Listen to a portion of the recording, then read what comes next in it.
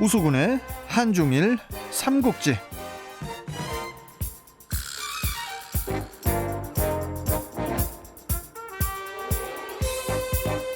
자, 급박하게 변해가는 한중일 동북아 정세를 이해하기 쉽게 풀어주는 분이죠.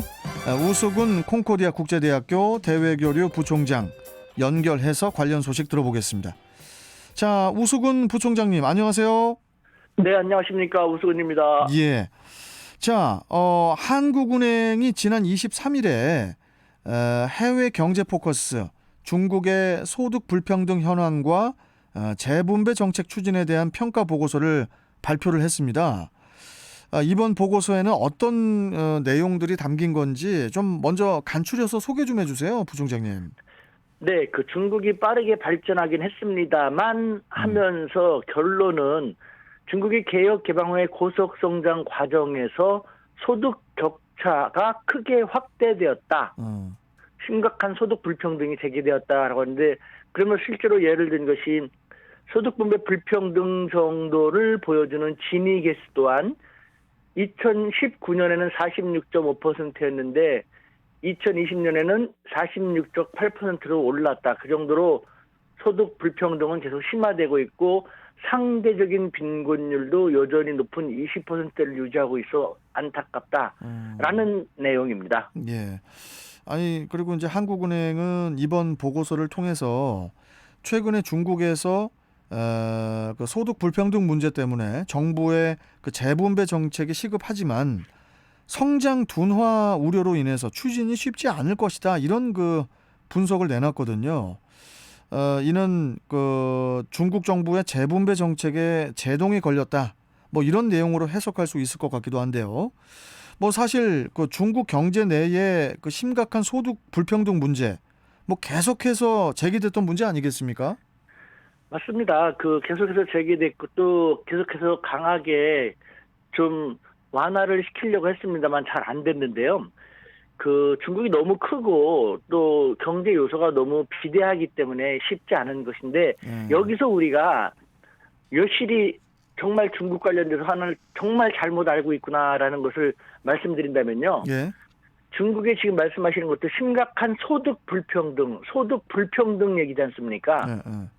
아니, 사회주의 국가, 공산주의 국가에서 무슨 소득 불평등입니까?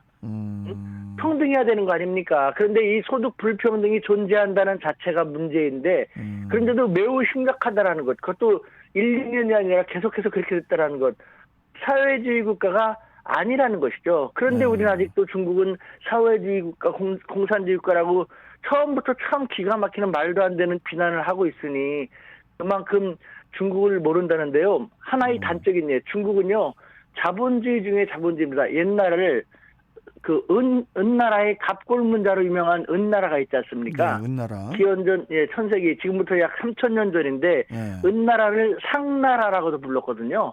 왜 그러냐면은 상업할 때 상자, 상업이 발달한 나라. 그래서 우리가 비즈니스를 한자로 상업이라고 하지 않습니까? 상나라 사람들이 주로 하는 업 해서 상업, 그것이 비즈니스입니다. 3,000년 전서부터도 중국은 비즈니스가 발달한 자본주의 중에 자본주의 나라임에도 불구하고 1949년부터 78년까지 약 30년도 안 되는 기간 동안 사회주의 국가로 모택동이 만들었다고 해가지고 5,000년 중에 30년 동안 그렇게 했다고 해서 사회주의 국가로 바라본다는 자체가 얼마나 중국을 잘못 보고 있는 것인지 깨달을 필요가 있다는 것이죠, 우리가. 이 중국 정부가 이제 공동 부유라는 목표를 두고 중국 내 기업들의 그 사회적 책임을 강조하는 이른바 이제 기업 규제 강화 태세를 취하고 있지 않습니까? 네. 그런데 이런 태세들이 사실상 그 소득 불평등 문제를 해결하는데 어느 정도 뭐 일조가 되고 있긴 하는 건가요?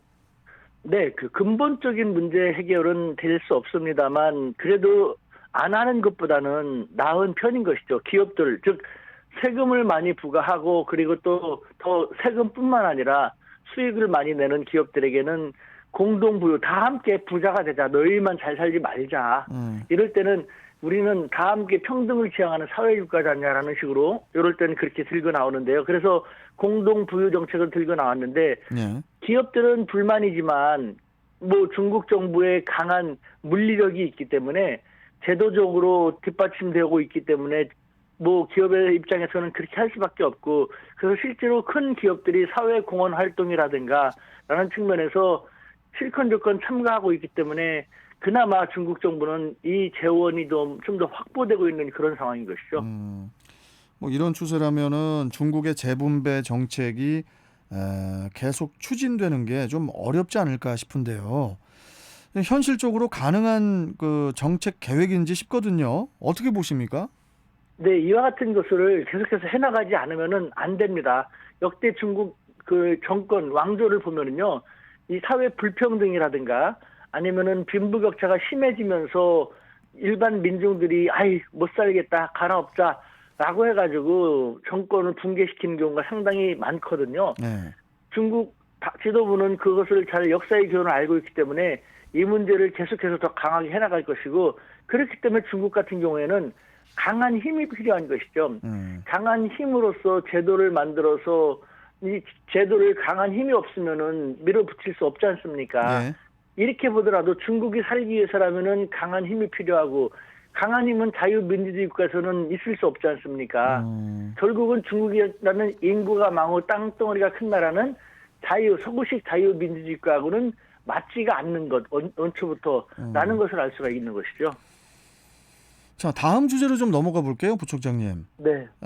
중국이 그 유엔 안전보장 이사회를 통해서 대북 제재를 시도한 미국을 비판하면서 이번에도 그 북한 정권 지키기에 나섰는데요. 그 미국의 외교 정책을 대북 제재 만능론이라고 깎아내리기까지 했단 말이죠. 어떻게 보십니까? 네, 그 중국의 입장에서 바라볼 때는 일리가 있는 것이죠. 예를 들면은 북한이 미사일을 발사하고 핵실험을 하는 이유가 무엇입니까? 공격용? 누구를 공격합니까? 자기 국민들도 먹여 살리지 못해서 그 인민군도 키가 160도 안 되는데 평균. 네. 방어용인 것이죠. 외부로부터 자기들의 목숨을 뺏어가면은, 자기들을 침략하면은 그날로 그 적들도 같이 죽는다라는 식으로 항상 얘기하고 있지 않습니까?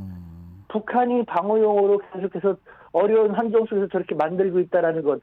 중국도 지금 미국과 견제하고 있는 상태에서 북한은 미국을 가장 큰 적으로 생각하고 있고, 중국에도 마찬가지로 공동의 적이기 때문에 북한과 중국은 그런 측면에서 같은 입장인 것이고, 그래서 중국은 북한을 옹호하는 듯한 그런 발언을 하게 되는 것이죠. 중국이 이제 북한의 정당하고 합리적인 우려를 해결하고 대북 안보 위협을 제거해야 한다. 이러면서 이제 사실상 북한의 그 탄도미사일 발사를 옹호하는 태도를 공식적으로 취하고 있거든요. 이 중국이 북한의 미사일 발사를 옹호를 하고 또 북한을 공개적으로 계속 이렇게 두둔하는 근본적인 이유, 그 이유가 뭘까요? 네, 일단은 그 표면적으로는 옹호한 듯한 모습을 보이지만, 사실 북한의 최첨단 무기 개발을 가장 두려워하는 게 중국이거든요. 중국은 저런 최첨단 무기를 가지고 북한이 언감생시 미국을 향해 도발을 할 수 없을 거라는 걸 알아요. 도발을 하면은 날아가는 과정에서 요격당할 수도 있고, 도발이 되면은 그 즉시 자기들도 모든 게 다 끝난다는 걸 북한이 알고 있기 때문에, 그렇기 때문에 이 북한이 개발하는 무기는 오발을 해도 잘못 발사하더라도 피해를 줄 수밖에 없는, 피해를 주는 중국이라든가 일본과 같은, 한국 같은 가까운 지역을 노리고 있다고 생각을 하고, 또 자기들을 천년 숙적이라고 생각하는 중국을 겨냥하고 있다라고 중국은 생각을 하고 있거든요. 그런데도 불구하고 옹호를 한다는 것은 말이 안 되는 것이죠. 하지만 말씀드린 것처럼 현재 국제정치인 측면에서 미국과 중국이 대립을 하고 있고, 그 중국의 적이다시피 한 미국과 북한도 대립을 하고 있고, 적의 적은 나의 아군. 그렇기 때문에 중국과 북한은 보조를 맞출 수가 있는 것이고, 중국은 싫지만 북한이 어차피 그만두지 않을 걸 뻔히 알기 때문에 계속해서 옹호하면서 북한의 미사일 개발을 하지 않게 하기 위해서라면은 미국의 호전적인 대북 정책을 먼저 멈춰야 된다라는 이야기를 계속 하고 있는 것이죠. 이 북한의 무력 시위를 감싸는 이 중국의 행보, 과연 언제까지 이 행보가 지속이 될까요? 어떻게 보십니까, 부총장님께서는? 이와 같은 그 대치 국면이 사라지지 않는 한 계속 될 수밖에 없을 것이고, 미국의 입장에서는 뭐 아주 좋은 미사일구가 있지 않습니까? 동북아의 평화와 안전을 위해서 자기들이 북한의 위기로부터 한국과 일본을 지켜주겠다라고 하면서 안심시키면서 미군 기지를 강화하려고 할 것이고, 중국은 또 그것이 미군 기지 강화가 결국은 자기들을 겨냥한 것이라고 생각하기 때문에 미국이 일본이라든가 한국을 사용하는 만큼 중국도 북한을 사용하려고 하는 그런 구도는 미국과 중국의 대치 국면이 사라지지 않는 한 안타깝지만 지속될 수밖에 없을 거라는 생각이 듭니다. 참 이 중국의 이런 행동에 맞대응이라도 하듯이 미국과 일본은 그 북한의 미사일 발사를 규탄하는 그런 그 별도의 성명을 발표를 하면서 대북 압박 수위를 높이고 있는 중인데요. 참 이 국가 간의 갈등이 참 갈수록 깊어지는 것 같아요. 네? 걱정입니다. 맞습니다. 국가라는 개념이 있기 때문에 만약에 하나의 단일 국가라는 국민 국가라는 개념이 없이 그냥 아시아 하나, 동북아시아 하나 이런 식으로 된다면은 동북아시아가 하나라는 식으로 된다면은 지극히 이상적입니다만 한중일이 이렇게 싸울 리가 없죠. 그러니까요.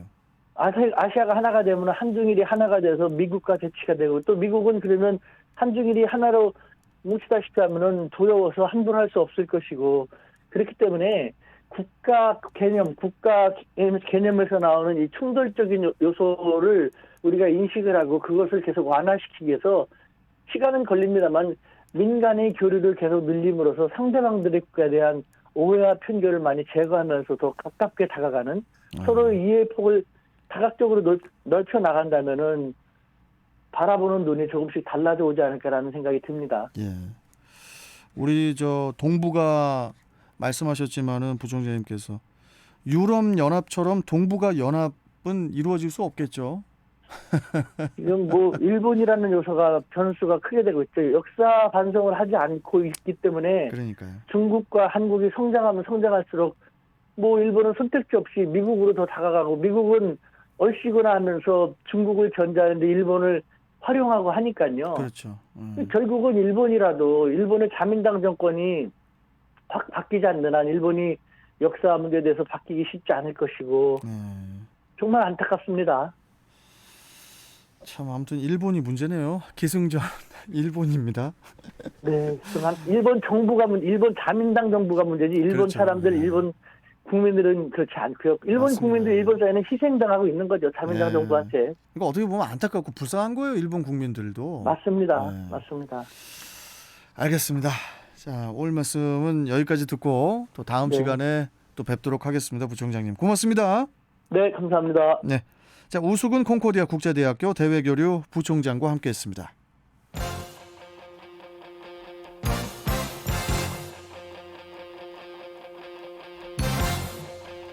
자, 인터뷰 지금은 지방시대 가겠습니다. 인천문화예술회관이